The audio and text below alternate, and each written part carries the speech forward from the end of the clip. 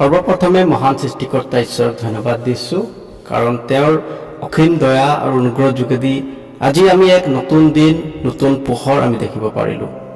কাৰণ প্ৰিয়সকল, আজি এই পৃথিৱীত অনেক ব্যক্তিবিলাক আজি এনেকুৱা এটা অৱস্থাত আছে যে হয় তেওঁলোকে কিবা ৰোগত আছে, নহ'লে তেওঁলোকে কিবা সমস্যাত আছে, নহ'লে কোনোবা এজন ব্যক্তি আজি মেডিকেলত আছে, নহ'লে কোনোবা এজন ব্যক্তি আজি জেলত আছে, কোনোবা এজন ব্যক্তিৰ আজি ডিভোৰ্চ হৈছে, কোনোবা এজন ব্যক্তি হয়তো আজি মৃত্যুৰ মুখত পৰিব লগা হৈছে। প্ৰিয়সকল, কিন্তু আমাৰ সৃষ্টিকৰ্তা ঈশ্বৰে আপোনাক ইমান প্ৰেম কৰিলে যে আজিৰ এই দিনটো আপুনি দেখিব পাৰিলে।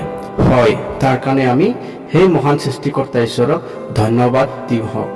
আৰু আজি মই আপোনালোকৰ কাৰণে যি বাক্য লৈ আহিছোঁ, সেই বাক্যৰ যোগেদি মহান ঈশ্বৰে আপোনাক আশীৰ্বাদ কৰিব আৰু আপোনাৰ জীৱনত হৈ থকা সমস্যাবিলাকৰ পৰা আপোনাক আজি উদ্ধাৰ দিব।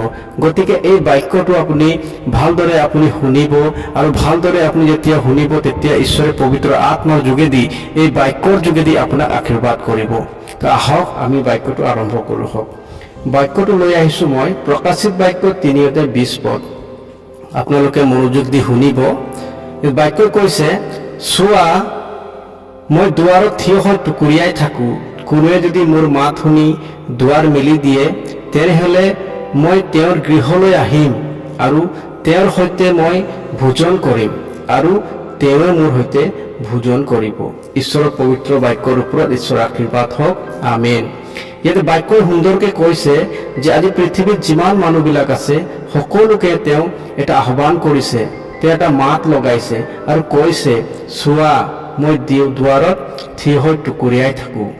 আপোনালোকে জানে যে বাইবেলত এই দুৱাৰ শব্দটো বহুবাৰ ব্যৱহাৰ কৰা হৈছে আৰু বাইবেলে কৈছে যে প্ৰভু যীশুখ্ৰীষ্টই সেই দুৱাৰ হয় আৰু সেই দুৱাৰত থিয় হৈ তেওঁ টুকুৰিয়াই থাকে। আজি যদি আপোনাৰ ঘৰৰ সেই দুৱাৰটো আপুনি যদি খোলা ৰাখিছে, তেতিয়াহ'লে প্ৰভু যীশুৱে আপোনাৰ ঘৰত সোমাব আৰু আপোনাৰ লগত ভোজন পান কৰিব আৰু আপুনিও তেওঁৰ সৈতে ভোজন পান কৰিব।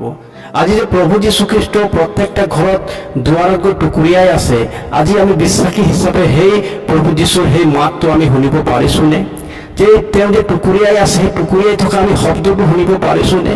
যদি আপুনি আজি সেই শব্দটো শুনিব পাৰিছে, তেতিয়াহ'লে আপুনি, আপোনাৰ পৰিয়াল সকলো সৌভাগ্যৱান ব্যক্তি হয় যে আপোনাৰ লগত আমাৰ ত্ৰাণকৰ্তা প্ৰভু যীশু প্ৰত্যেকটা দিনেই আপোনাৰ লগত সহভাগিতা কৰি আছে, আপোনাৰ লগত ভোজন কৰি আছে। তো গতিকে আপুনি আজি যদি শুনিব পৰা নাই আৰু আপুনি যদি প্ৰভুৰ সেই দুৱাৰত টুকুৰিয়াই থকা মাতবিলাক যদি আপুনি শুনিব পৰা নাই, তেতিয়াহ'লে আপোনাৰ জীৱনত শয়তানে কাৰ্য কৰি আছে। প্ৰিয়সকল, আপুনি যদি প্ৰাৰ্থনাত নাথাকে, আপুনি যদি বাক্য অধ্যয়ন নকৰে, তেতিয়াহ'লে প্ৰভুৰ সেই আত্মিকতাৰ যি মাত, প্ৰভুৰ যি আত্মিকতাৰ যি টুকুৰিয়াই থকা শব্দ আপুনি কেতিয়াও শুনিব নোৱাৰিব। প্ৰিয়সকল, আৰু আপুনি সেই প্ৰভুৰ অনুগ্ৰহৰ পৰা আজি আপুনি বঞ্চিত হৈ থাকিব। গতিকে আহক প্ৰিয়সকল, আপোনালোকৰ হৃদয়বিলাক, আপোনালোকৰ মনবিলাক প্ৰভু যীশুখ্ৰীষ্টৰ আগত ৰাখি দিয়ক। আপোনালোকৰ সেই মনবিলাক আৰু হৃদয়বিলাক প্ৰভুক দি দিয়ক আপোনালোকে।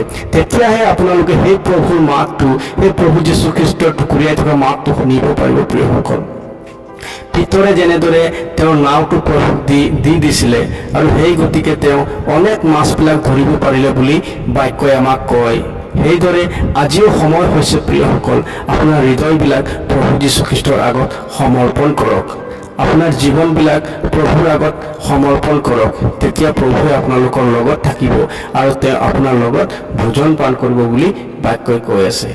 আশা কৰিছোঁ এই বাক্যৰ যোগেদি আপুনি আশীৰ্বাদ প্ৰাপ্ত হৈছে। আমেন।